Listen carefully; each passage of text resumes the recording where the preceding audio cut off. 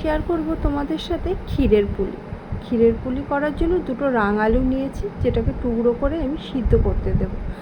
সিদ্ধ হয়ে গেলে ঠান্ডা করে এটাকে আমি ছাড়িয়ে নেব। ছাড়িয়ে কাঁটা চামচ দিয়ে আমি ম্যাশ করে নিচ্ছি। তোমরা চাইলে গ্রেটারও দিয়েও গ্রেট করে নিতে পারো।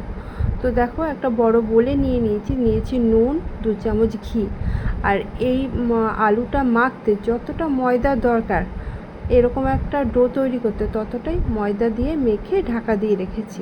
এবার হাতে একটু ঘি মাখিয়ে এবার গোল গোল করে লেচি করে পুর ভরার মতো একটা গোল করে এবার পুরটা ভরে দেবো। এটা সন্দেশের পুর, যেহেতু ক্ষীরের পুলি, তো সন্দেশের পুরটা আমি বাড়িতেই বানিয়েছি।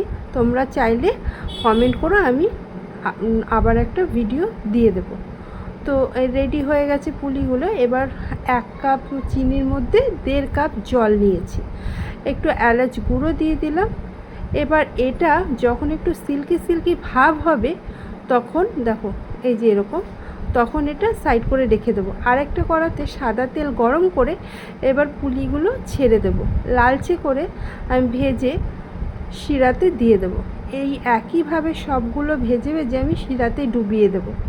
খুবই সহজ, খুবই দুর্দান্ত খেতে হয় রাঙা আলুর পুলি। তোমরা অবশ্যই বাড়িতে একবার ট্রাই করো, অসাধারণ খেতে লাগে। এটা কিন্তু ভেতরে আমি ছানার পুর দিয়েছি, তোমরা চাইলে নারকেলের পুর দিয়েও করতে পারো।